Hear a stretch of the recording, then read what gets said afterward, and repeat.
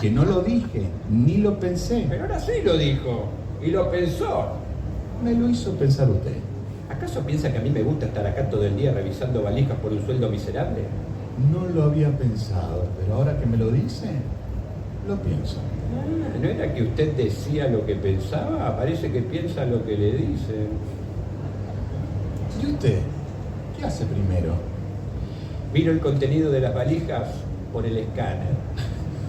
Me refiero si primero piensa y después dice, o si primero dice y después piensa.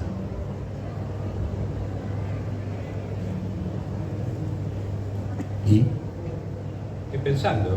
No, está diciendo. Lo que le digo es que estoy pensando, pero se lo digo cuando ya lo pensé.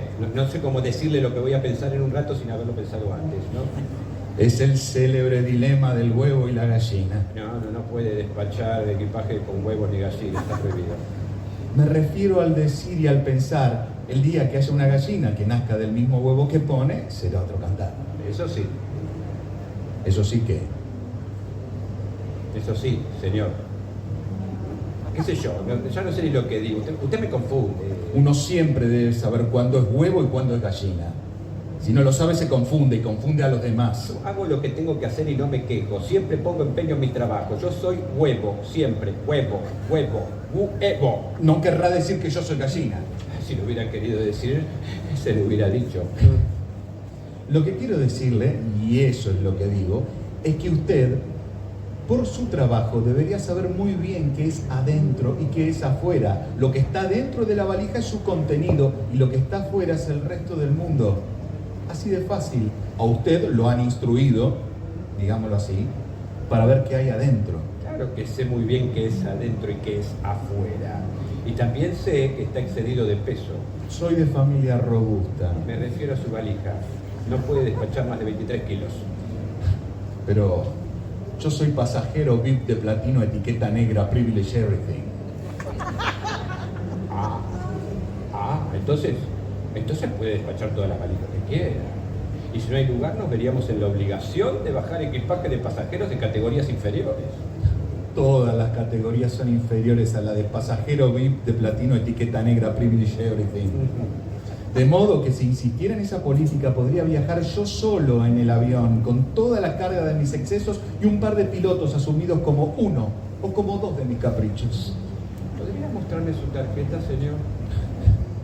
Ya debería saber usted que quienes accedimos al grado de privilegio antedicho no necesitamos presentar nada que lo acredite.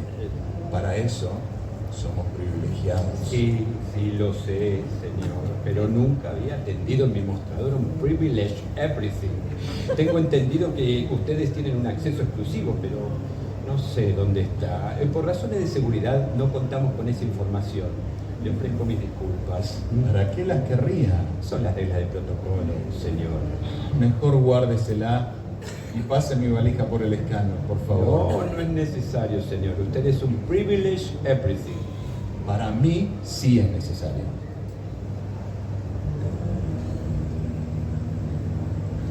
No veo nada, señor. Mire bien. Quiero Póngase decir que los lentes. No veo nada dentro de la valija. Está vacía. Por favor, mire bien. Insisto, no veo nada. Está vacía. ¿Está vacía o no ve nada? Las dos cosas, señor. No. Si usted no viera nada, no podría asegurar que la valija está vacía, ni tampoco llena. Como usted ha sido instruido, digámoslo así nuevamente, para ver qué hay adentro de las valijas, solo está preparado para ver cosas que hay dentro de ellas. Y si no hay tales cosas, lo primero que piensa es que es usted el que no las ve. No veo nada porque no hay nada, señor. A ver, ¿qué tendría que contener la valija para que yo le resultara sospechoso? Nada, señor. Entonces soy sospechoso. Porque usted mismo ha dicho que la valija no tiene nada y nada me hace sospechoso. No, señor, lo que quise decir Siempre quiere decir una cosa distinta a la que dice. Disculpe, señor. Lo que le digo es que un pasajero VIP de platino, etiqueta negra, privilege everything, nunca es sospechoso. Al decir nunca se refiere que jamás podría ser. A eso me refiero, señor. ¿Acaso un pasajero de mi edulcorada categoría le está vedado el cumplimiento de un deseo? No, eso jamás. Sin embargo, usted acaba de decir, o querer decir, que un privilege everything jamás podría ser sospechoso, por lo cual debo entender que, ni siquiera deseándolo, uno podría acceder a la mirada tantas veces tuerta de la sospecha. No, señor, yo no Quise decir eso, ya sé. ¿Qué debe contener una valija? A ver, ¿qué debe contener una valija para que un pasajero sea demorado o detenido? Debe contener objetos punzantes, drogas, armas, gases en aerosol, botellitas de agua mineral adquirida fuera del área de embarque o cualquier otro objeto que pueda poner en riesgo la seguridad pública, las reglas del decoro y el orden establecido. ¿Y qué le hace pensar que yo no tenga esos objetos punzantes, drogas, armas, gases en aerosol y botellitas de agua de mineral en alguna otra parte? Si no están adentro de la valija, no es asunto mío, señor. No le pregunté cuál es su asunto, sino de qué indicios y procedimientos se vale para pensar que yo no sea una amenaza para la seguridad pública, las reglas del decoro y el orden establecido. Pero veo que no quiere colaborar. Usted está lleno de resentimiento, de tanto mirar el contenido de las valijas ajenas. Ha dejado de mirarse hacia adentro. Nunca hice eso, señor. No le digo. Sí, ya sé que dice solo lo que quiere decir. Lo que le digo es que de tanto andar mirando qué es lo que llevan los demás, usted se ha desatendido de su mirada interior.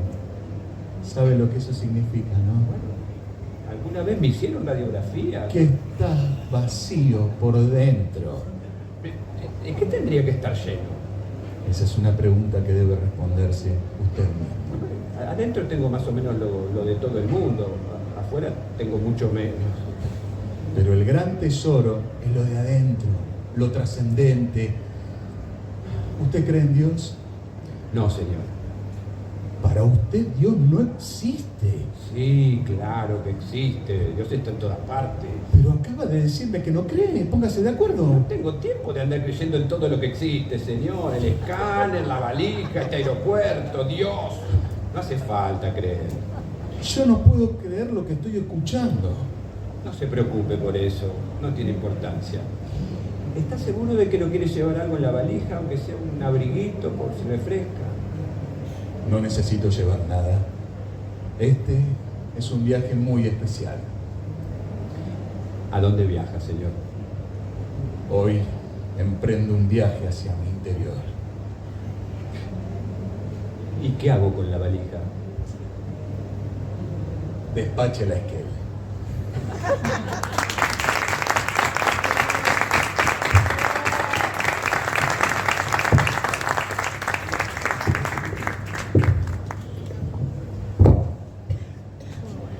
Bueno, gracias a Mario Petrosini y Mariano Michelarena, nuestros actores que han leído lo de adentro y lo de afuera. De eso vamos a hablar ahora también, de lo de adentro, de no importa cuánto leas esto, y lo de afuera, que también está muy bien. No sé si vio Barton que me vine al tono con el outfit, haciendo juego con su libro. Perfecto, todo rojinegro y blanco. Y usted está muy guapo, ¿o no? Ah, muchas gracias. ¿Y qué van a decir, pobre gente?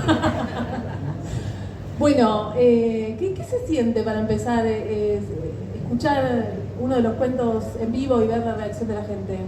Bueno, es todo raro porque la verdad es una prueba al pudor, ¿no? Ya la lectura, sobre todo con el público iluminado, estamos acostumbrados a que el público esté a oscuras, se pueda bostezar con tranquilidad, pero bueno, están como un poco presionados. Acá se puede hablar, se puede escupir en el piso, todo eso se puede, respecto a la Feria del Libro. Y no, estoy contento, estoy feliz, porque como soy nuevo en esto de exponer la obra al público a través, digo, de la escritura. Se oye bien, ¿no? Sí, se oye bien. Perfecto. Recibo como un regalo las devoluciones del público, ¿no? Lo que vengo recibiendo hasta ahora. Y que me sacan bastante del patrón de lo previsible, lo que yo podría tener como prejuicio antes de enfrentarme al público. Así Porque que, bueno, todo bien. el libro salió en noviembre, entonces también te quería preguntar eso. Ya tuvo este recorrido, fue el libro del verano, ¿no? Por Sí, decirlo. ponele. Qué verano, Es ¿no? noviembre, qué verano. Dios mío. de noviembre hasta acá ya hizo un recorrido, así que tenés como un feedback de la gente, bueno, qué fue pasando con el libro hasta este momento, que nada más ni nada menos que la edición número 50, además de la Feria del Libro. Sí, además como son cuentos, es más difícil establecer una línea de discurso, ¿no? Quizás algo de lo que engloba a todo el libro es una visión que se cuela en todos los cuentos contemporánea, ¿no? El chiste, la bajada de etapa, que es historias contemporáneas autopercibidas eternas, bueno, un poco ya adelanta que la cosa viene descargada a esta época y en donde, bueno, todo el universo de la autopercepción parece suficiente para explicar cualquier cosa. En general hay bastante poca voluntad de explicar cualquier cosa. Y el libro transita por ahí, ¿no? Por historias por esa cornisa. ¿Cómo surgió, vamos a hablar de lo de afuera y vamos a ir hacia lo de adentro, cómo surgió el nombre que las veces que te lo pude decir antes te lo dije, y me encanta el libro y el nombre, no importa cuando leas esto, también obviamente como una ironía, Sí. pero también en un punto libera, pensaba al lector, porque bueno, esto que se dice que cada vez leemos menos o que no es un libro que te presiona a ser leído desde el título, Claro, es además de que con te el bromea, lector. ¿no? Es indulgente con el lector. Ya casi que el título creo que se me ocurrió antes que el libro. Yo soy muy de tener títulos de cosas que después no son de películas, de restaurantes, de autos. Bueno, lo que podía ser, lo que estaba más a mano era un libro de todo eso. Y no importa cuando leas esto, lo visualizaba en una batea de otros libros y me gustaba el mensaje.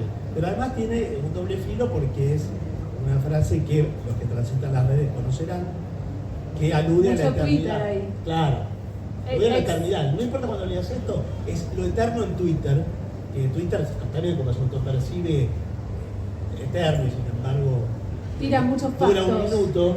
Factos. Claro, tira factos y eso. Y el libro, el título viene por ahí, por ese lado. Bueno, además fue ilustrado por Augusto Costanzo. Augusto Costanzo, que no pudo venir. Hoy hay mucha gente que no pudo venir y muchas que sí, por ejemplo, que son ustedes. Muy bien. Porque cuando uno presenta un libro también tiene como esta sensación, lo hablábamos antes de entrar, de cuando festeja el cumpleaños, ¿no? Sí. Como decir, ¿y vendrán o no vendrán? Bueno, así que gracias a todos por estar acá porque estamos muy contentos de que hayan venido un lunes a esta hora y, Sí, señor. obviamente que Patricio Barton se lo merece, se lo tiene bien merecido y por eso además el prólogo es de Alejandro Dolina. Sí, señor, otro que no pudo venir. Dream Team. Sí, además que el prólogo de Dolina, que es hermoso, lo que escribió, funciona también como un contenido narrativo del libro, porque viste, muchas veces, esto debemos confesarlo en secreto, hay prólogos que se escriben sin haber leído el libro, hay prólogos que se dictan por teléfono y se editan en otra parte, entonces quedan como apéndices del libro. El negro leyó el libro antes y después escribió el prólogo. Y entonces es parte del libro, el prólogo, es un contenido. Si le arrancás esas 2 páginas, es otra cosa. Me interesa saber un poco esa historia también. Cuando uno le pide un prólogo a alguien como Dolina, Sí. más allá de los 20 años y más que trabajás, digo, ¿era él? ¿Tenías otras opciones? ¿Tenías miedo que no lo quiera hacer? No, ¿Cómo fue ese? Miedo que no lo ¿Te quisiera parece? hacer tengo siempre, porque hay un montón de cosas que el negro no quiere hacer. Claro. Pero no, enseguida era el número puesto, de Dolina, desde luego. No había un plan B, o era él o no iba a haber prólogo. Claro. Sí, Lo leyó era y dijo- directamente así. Ok. El pedido fue previo a la lectura del libro. Sí, el pedido. Previo a la lectura, claro. Sí. Pero previo también a la edición. Bueno, y después hablábamos de que, bueno, son 12 cuentos, ¿no? ¿Vos sabés que no sé cuántos Los son? conté, Constanza, ¿vos antes de sabés? venir, ¿Vos sabés? los conté. No Para mí son 12 cuentos, si no alguien quiere chequear. Buen nos número, avisan. 12.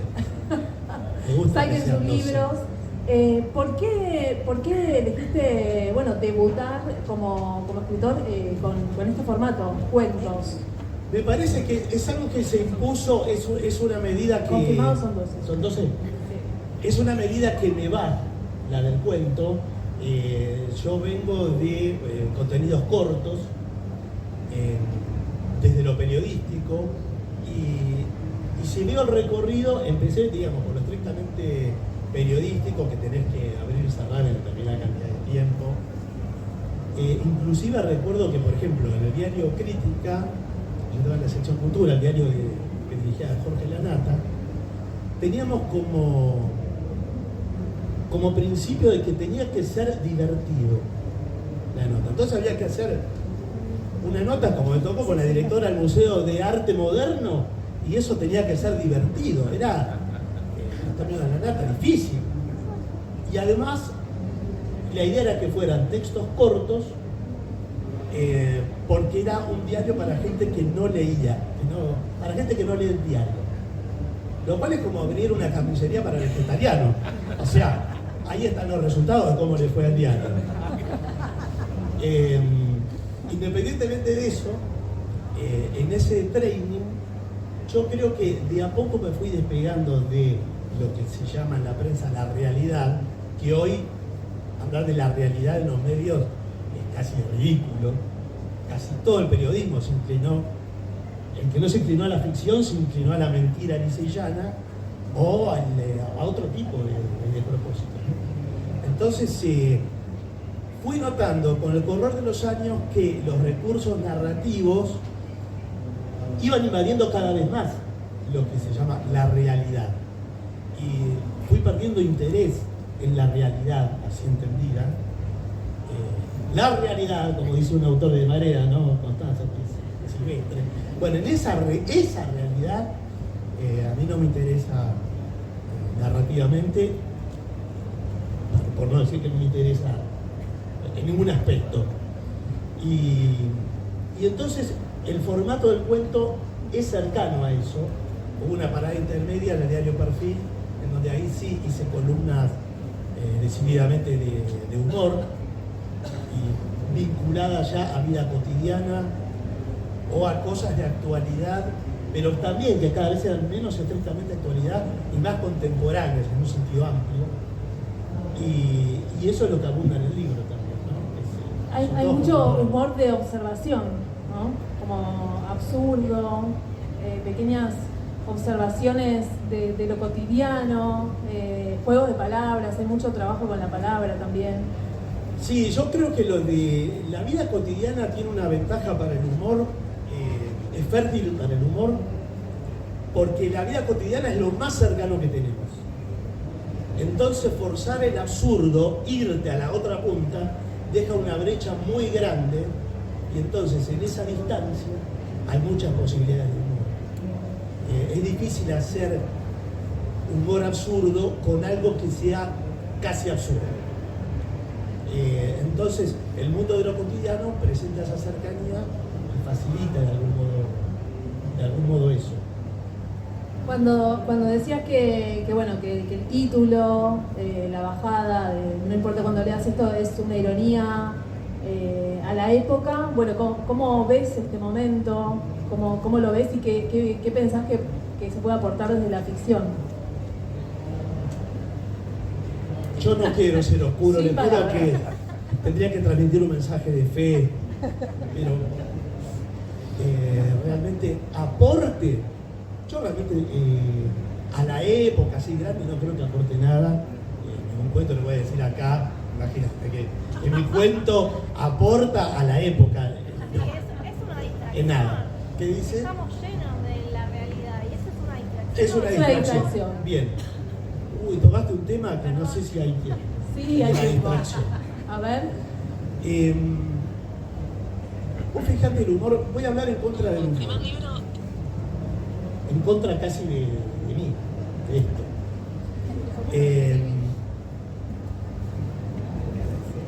El humor distrae, decís vos, el humor entretiene. Y hay una búsqueda también en el libro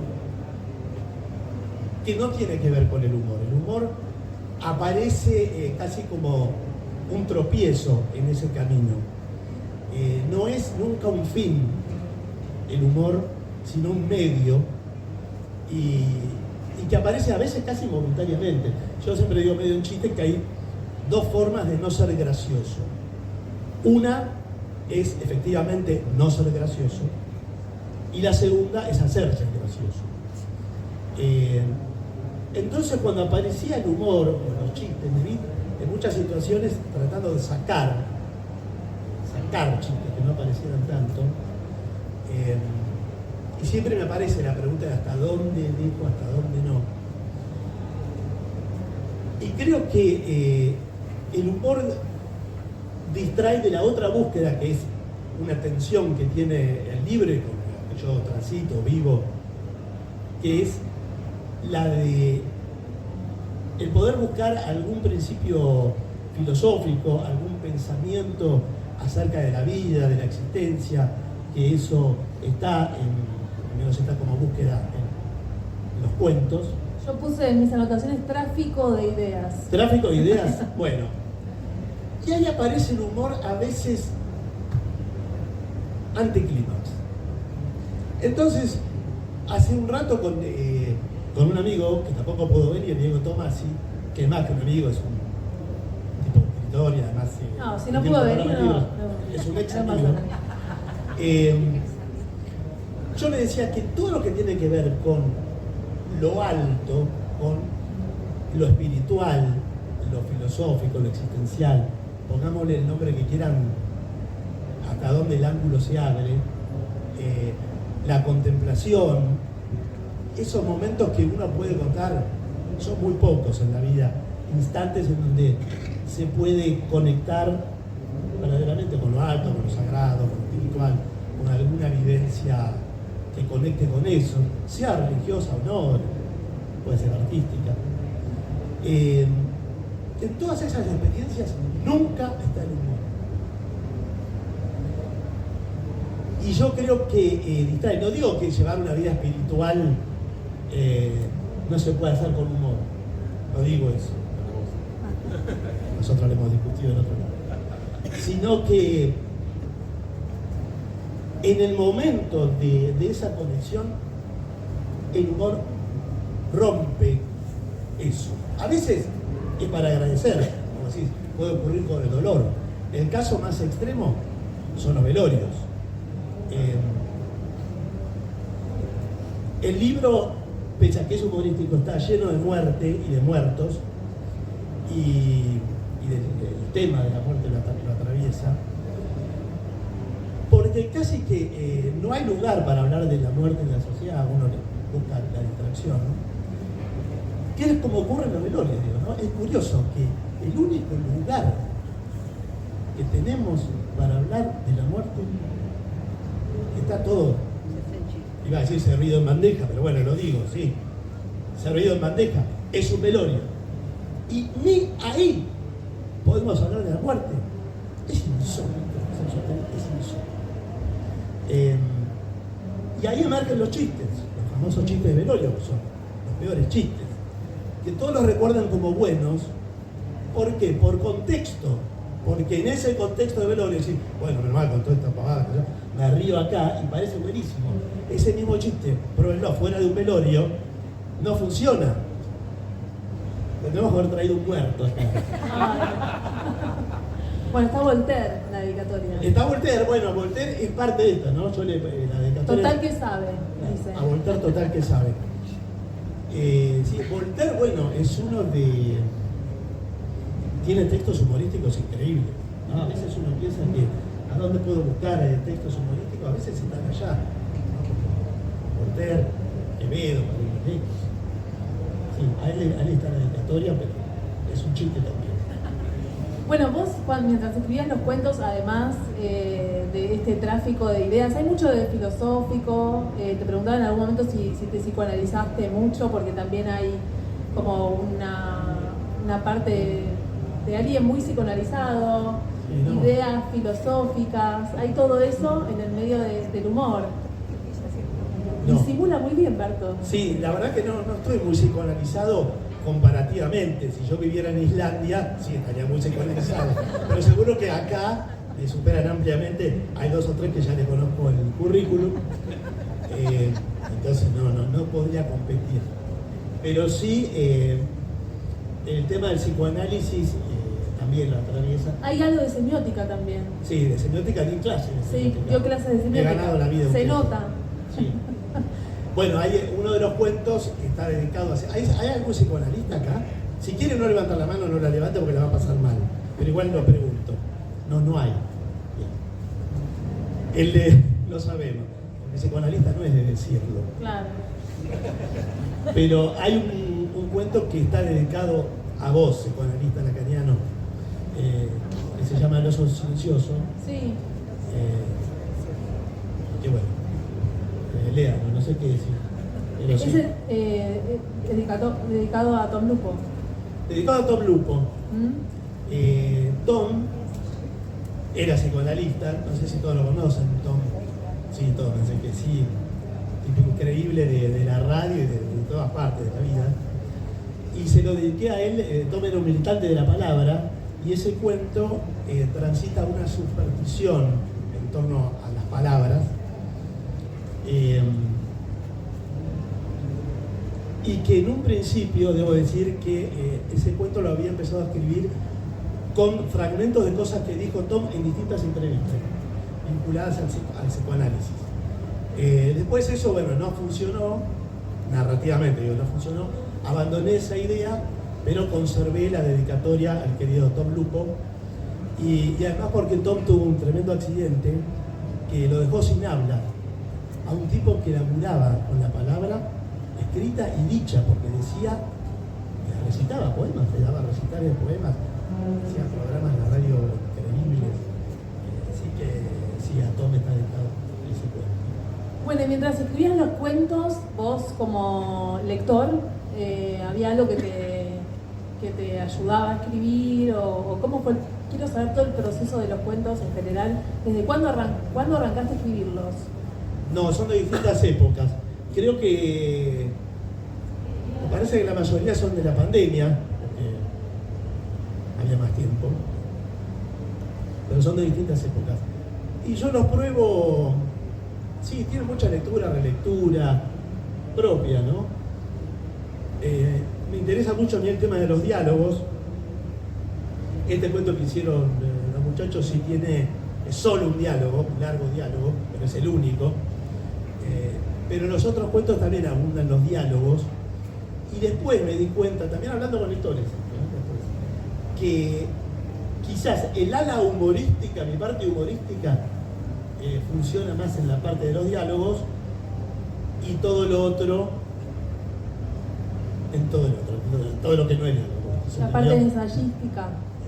Sí, no sé si de pensador. así tan brutalmente, Sí. Pero sí, el diálogo me facilita, eso me gusta, un diálogo también despojado de muchas indicaciones, ¿no? Que esté más bien crudo, y eso puede ser la tradición oral, me parece. El ejercicio diario, por ejemplo, que hacemos con Dolina de la Venganza, estamos todo el tiempo escribiendo diálogos en vivo, digamos, de dichos. Y de hecho, mira, hay algo curioso, que cuando se editó un libro de los 30 años de La Venganza Será Terrible, ahora cumplió 40 el programa, hay una parte de ese libro, que es un libraco de Planeta, que reproduce fragmentos del programa, tal cual, o sea, de grabados, ¿no? Lo que se dijo. Y funciona bastante bien escrito, es raro porque digo, transcribir un diálogo en general funciona. Me parece que esa parte también tiene que ver con ese ejercicio diario. O sea, hace 20 años estoy haciendo diálogos todas las noches, improvisando. Bueno, y de hecho al leer el libro, y algo que en un momento también te mencioné, es que siento que tiene mucho de oralidad, que dan ganas de leerlo en voz alta. Ajá. O de imaginarlo como recién, ¿no? Tipo radioteatro, pero uno se lo puede ver como en acción mientras lo lee.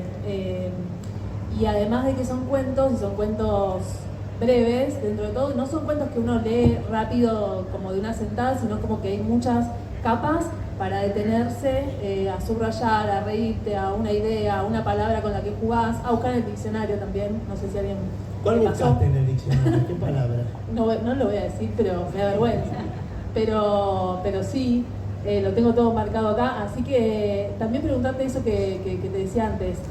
¿Qué leías vos mientras, bueno, más allá de que el proceso llevó varios años y pandemia y el último, cuando lo terminaste de escribir? No, el último, ¿qué fue? Cuando estabas algunos días antes, de imprenta. Sí. Que fue el de No son silenciosos. Entonces, el psicoanalítico, sí, obvio, que otro iba a ser. Pero ¿qué iba leyendo que en el curso de, qué sé yo, de todo? Se me escapa. Sí. ¿Qué cosas te ayudaron a escribir, tal vez? Digo, el proceso fue bastante solitario, por lo que contás, por la pandemia, pero como es un primer libro y también algo que me llama la atención es esto, como, bueno, el arrojo de decir, tengo ganas de publicar, ¿qué es lo que te impulsó a decir, quiero sacar un libro? Un poco que se juntó el material y esto de... tuve, me parece que, bueno, nada, como cada proceso, perdí tiempo, podríamos decir, entre muchas comillas, apegado a lo periodístico o al periodismo narrativo, entonces no me terminaba de decidir lisa y llanamente por la ficción, que en la escritura es lo que me interesa. Tenía como la escritura muy pegada al trabajo de lo periodístico o de lo panperiodístico, porque cada vez es menos. Siempre hay una tensión, inclusive entre los periodistas y lo narrativo. ¿Viste? Sería como el síndrome Roberto Art, para irme a un extremo, no me la doy a Roberto Art. Pero pasa mucho. Antes los escritores, el único trabajo que podían tener era la redacción de un diario. Entonces estaba lleno de escritores los diarios. No porque los diarios salieran a contratar escritores, sino porque se daba así la situación.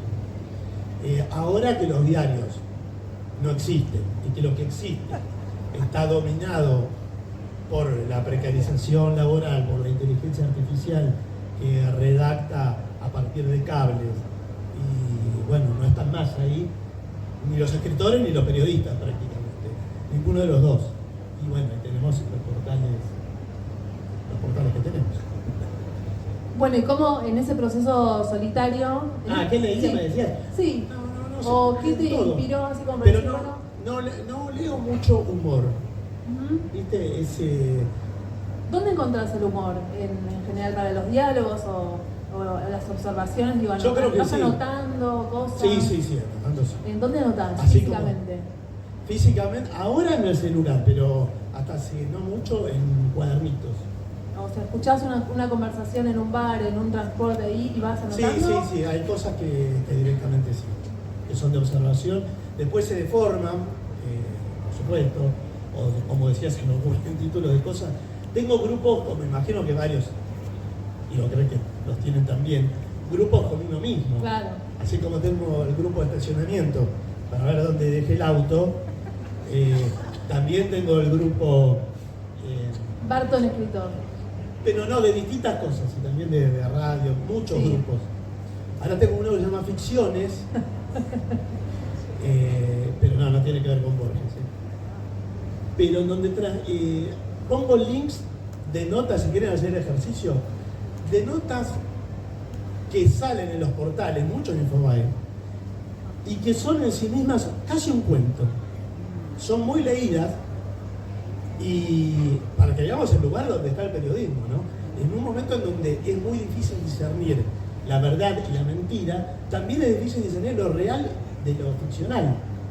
Entonces, por ejemplo, una de hoy era el curioso caso, presentado así además, ¿no? De un hombre que inundó su pueblo para ocultar a su mujer que estaba de joda con amigos.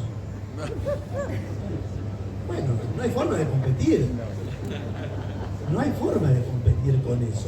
El tipo rompió una represa en Mississippi para inundar el pueblo.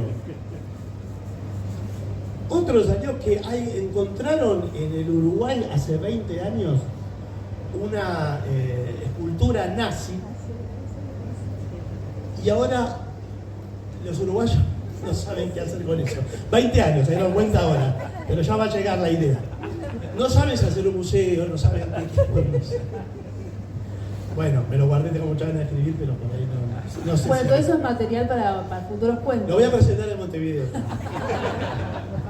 Es del Gas Peel que encontraron en el Río de la Plata, que se hundió, y ahí está. Entonces se disputan la esvástica, porque claro, quieren hacer un museo, pero se les llenó de nazis.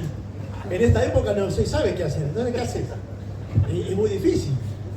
Y entonces por esa cornisa, en esa tensión estoy siempre, entre la realidad, la ficción. De todas maneras me parece que toda la creación artística, me gustaría decir, tiene que transitar una tensión, porque si no es imposible.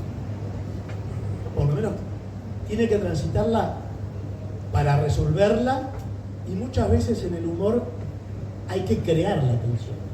Es muy guacho del humorista acumular para descargar después. No venir cargado, sino hacer acumular, ir en una dirección, crear una serie de cosas para al final romperlo. Entonces se genera una tensión como un cauce que va para un lado para descomprimir. Pero no es que antes había presión, no es que te distraes en ese caso. Te generan una tensión para después descargar. Que está bien, es parte del laburo, está bien.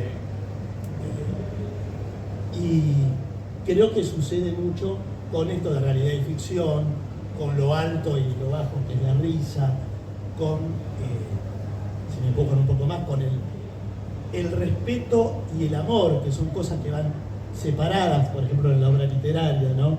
El canon literario, el escritor que viene a dar las charlas a la Feria del Libro, que pertenece al canon de la literatura, es respetado, busca ese respeto, y en cambio, el que no pertenece a ese canon y va por el otro carril, el que no es solemne, es querido, en el mejor de los casos. Entonces, son como caminos separados. Pero creo que la atención es tratar de integrar eso, que no sé hasta dónde se logra, pero creo que es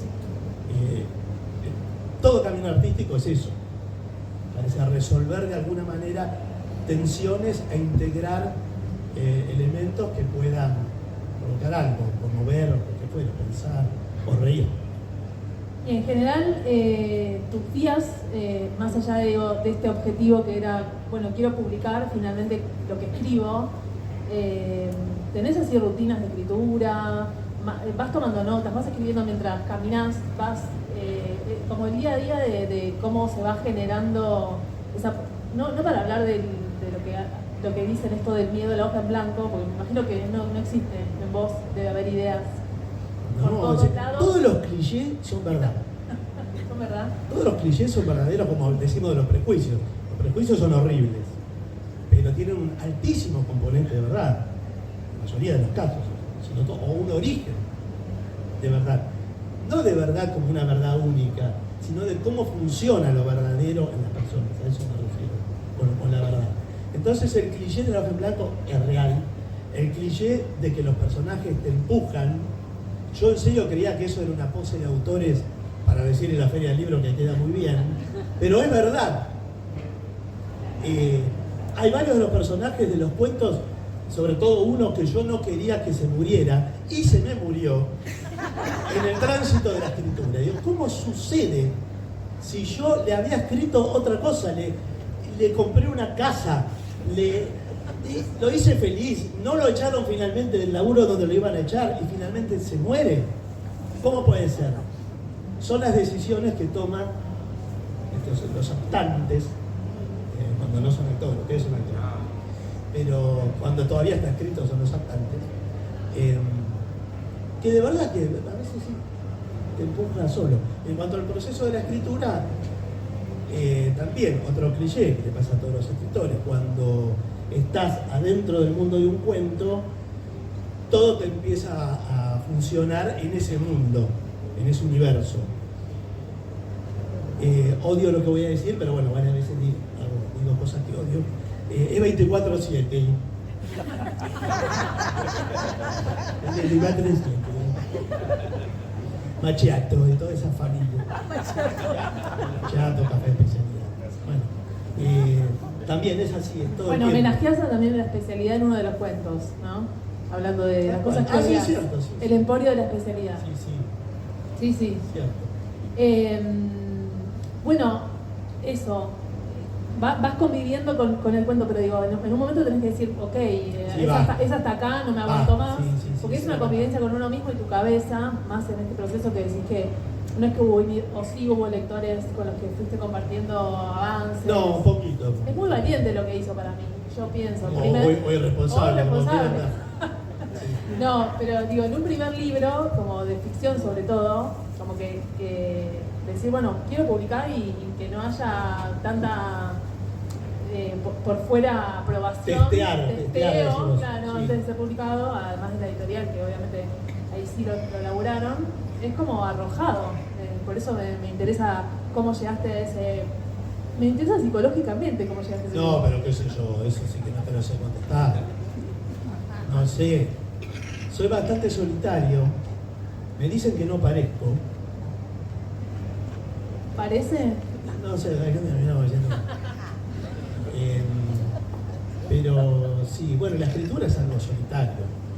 Para mí es el espacio de mayor libertad que conozco. Ese libro. O sea, es algo. Hay que redondear, me parece, porque nos van a echar. No. Ah. Bien. Perfecto. Si tienen ganas de preguntarle algo, es hoy o callan para siempre. Soy- ¿Hay alguna pregunta en la sala? ¿Alguien que ¿Cuándo te voy a pagar? No me preguntes porque no sé. Bien. ¿Cuándo se viene el segundo? A ver. No, no ¿Quién sé. quiere? Pero va a ver. Eso. Hola. Hola, ¿qué tal? Mi nombre es Facundo. Muy bien. Me hago el adorni así. Tenemos uno por allá. ¿Dónde está John? Allá está. Está John, que es apenas un periodista. John Miguel está en la sala. Te quería preguntar, yo te he escuchado en el programa de radio y veo que tienen mucha facilidad para la improvisación. Quería preguntarte si vos hiciste improvisación teatral o tenés alguna técnica para hacer eso. No. Es el momento de vender el curso. Claro, pero no. No. No hay una técnica, hay cosas que. Mariano tiene, si quieren hacer improvisación, tiene una escuela de improvisación, ¿hacen, no? Sí. Hay técnicas, digamos, que tienen que ver con la improvisación, que decimos siempre, es sobre todo decir siempre que sí, aceptar lo que el otro propone y nutrir el relato hacia adelante, no detenerlo. Pero eso es el ABC, que no precisas preguntármelo a mí, lo podés leer.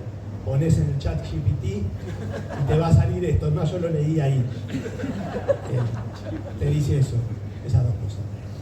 Pero no hice improvisación de forma. ¿Algo? No. Curiosidad. No, O sea, no. se lanzan así sin. Sí.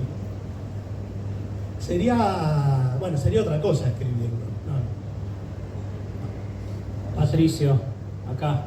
Buenas noches. Uy, apenas un periodista, mirá que nada, sobrado. ¿Cómo te va? Jonathan Eguer, ¿cómo estás? ¿Bien? Me encanta que me haga la pregunta yo. Así Una serio. sola pregunta, y no varias en una. Ah, bueno. Cerrá No me la apaguen sala. el micrófono, por Cerrá favor. la Acá me sala. dejaron entrar. Hiciste una selección, te quedaron más cuentos afuera y te voy a sacar un título. ¿Se viene otro libro? ¿Se viene un segundo libro de Patricio Barton? Muchas gracias. Bueno, gracias Jonathan, como te dice Manuel. Gracias, Jonathan. Sí, quedaron algunos. No, pero no tengo muy. Sí, voy a hacer otro libro, ¿no? ¿Vos qué decís? Sí. Sí, dice que sí. Pero Ah, falta. ya fue hablado. No fue hablado. Ah, el otro, dice el otro. ¿cómo se llama? Ah, ya. Claro. No fue hablado. Pero no, quedó poco material afuera, de cuentos sí, poco. Porque también en principio iba a ser más un libro de relatos, que no son estrictamente cuentos. Quedó algún que otro relato. Pero ahora me inclino más directamente a llamar los cuentos que es lo que son. Decían siempre en el mundo editorial que es como piantaboto hablar de cuentos. Sí, como que los libros de cuentos tiran para abajo, ¿no? Bueno, ahora Ahora- con Samantha Schweblin Ahora con Samantha, no, bueno, pero hay que ser Samantha Schweblin. arreglar todo. Eh, Que va a cambiar. Va cambiando. pero entonces yo lo llamaba relatos, pero ahora no, sí van a ser cuentos y una acción de cuentos. Gracias, Jonathan. Bueno, en la página 163, tomen su ejemplar, dice: el libro terminó en la página anterior, todo lo que esté impreso de aquí en adelante formará parte del próximo libro de Barton. Cierto, ya lo Disclaimer. adelanta. Haría para allá. ¿Qué tal? Buenas noches, soy Hola. Silvia Forte. ¿Qué tal, Silvia? Yo escuché el relato y es dramaturgia pura. Yo pensaba que el próximo libro, ¿por qué no? Esos diálogos es dramaturgia. Es más, el cuento tiene introducción, es una dramaturgia pura. Y estaba pensando que lo de la impro, todas las noches hace improvisación con Dolina, hace radioteatro y todo eso es improvisación. Pero mientras escuchaba lo que leían los dos compañeros actores, es que, te voy a decir una frase que conoces, es por ahí. Claro, sí, es por acá. Probablemente, yo eso lo descubrí después también, como una pulsión teatral. Ojalá, los actores ya los tenemos. ¿Qué tal? Sí. Soy Fernando y la pregunta era casi idéntica. ¿Casi idéntica? Sí, le iba a preguntar si en algún momento va a escribir guiones teatrales. No escribí nunca guiones, pero lo tomo, sí. Ojalá, sí, no lo descarto, me gusta. Sí. Bien. Acá hay otra pregunta. Hola, buenas noches. Buenas. Soy Daniel. Buenas, Daniel. Bueno, te escucho mucho con Dolina y con Bettina, mi mujer, viajamos mucho y siempre llevamos grabados las historias de la venganza. No se escucha. A ver, acercarte el micrófono un poquito más cerca de la boca. ¿Sí? Ahí está. Sí, claro. Bueno, Ahí va. yo tenía un comentario y una pregunta. El comentario es que hace 70 o 75 años alguien dijo, la única verdad es la realidad. Perón lo dijo, ¿no? Y en este transcurrir de 70 o 80 años, que es un triste en el tiempo del hombre, cómo cambió todo, ¿no? Porque la verdad hoy, ¿cuál es? Y cuál es sobre todo la realidad con esta deformación que tenemos permanentemente a través de la información, de la inteligencia artificial y de esta suerte de ficción irreal que estamos viviendo como sociedad. Tu comentario sobre esto me llevó a recordar esto y a pensar cuánto cambió todo y cómo se deformó la realidad, inclusive con esto de la autopercepción, ¿no? También es una extrañeza de la realidad. Ese es mi comentario. Y la pregunta es, semióticamente, ¿qué significa las tapas del libro? Semióticamente, bueno, vamos a hablar de Peirce. Ícono y ese símbolo. No, la tapa que es de Augusto Costanzo, que es una máquina de peluches, pero que en este caso tiene textos adentro, tiene un guiño, si leen el libro lo van a descubrir, y si no, de todos modos, es precisamente una máquina del azar controlado, de un azar acotado, como el azar de estas épocas, y de una trampa, porque de hecho las máquinas de peluches son así de tramposas. En el oso silencioso. Claro, el Aparece. oso silencioso tiene ahí un anclaje con la trampa. Bueno, ¿hay una pregunta más? Sí. Bueno, buenas noches, Patricia. Ante Hola. todo, felicitaciones por el libro. Bueno, gracias. Y quería consultarte, bueno, algunos autores estuviste contando que pudieron haber influenciado en tu obra y quería preguntarte eso con otros nombres. No sé si Peirce precisamente. No, Peirce no. O- Por Dios. O Voltaire, a lo mejor fue solo una dedicación, no lo sé. Eso por un lado. Y quería consultarte por otro lado si tenías pensado un tipo de perfil de lector cuando lo ibas escribiendo. Gracias. ¿Qué tema? Vos sabés que los que escribimos primero desde el periodismo y los que hacemos radio, siempre vamos configurando a algún oyente, a algún lector, según cuál sea el texto, según cuál sea el programa, según cuál sea el momento. Y si yo trabajo con interlocutores, van rotando según el universo en el que esté. A veces inclusive es una persona conocida. Uno visualiza a un conocido y casi que le habla a ese. Y después puede ser otro. Pero sí, es variable, pero sí hay un interlocutor imaginario que aparece, que a veces es una persona concreta. Y lo otro que me decías, de las influencias, no sé cuáles son las influencias porque parece petulante, así estoy influido por Voltaire. No, es cierto que uno es lo que lee y ninguna otra cosa en la escritura, porque la escritura es una lectura puesta en el papel. ¿Vos me ibas a decir algo? Yo sí, porque me quedó una pregunta, porque yo sí veo mucho de Borges en este libro. No, está bien. Lo digo en serio, te pregunto si vos sos muy lector de Borges, si es parte del universo que te influye, porque, o sea, obviamente está atravesado con el humor, ¿no? Pero manejás un montón de cosas sobre el tiempo, o sea, bueno, hay un cuento específico que habla de la eternidad, pero también de esto de llevar una cosa hasta el límite, ¿no? Como por ejemplo el de los especialistas, que termina generando como un absurdo, bueno, mucha cosa borgiana yo veo. Mira, bueno, gracias, no sé si es como muy grande, por supuesto que sí, que leía Borges, pero me parece que el libro no viene por esa tradición.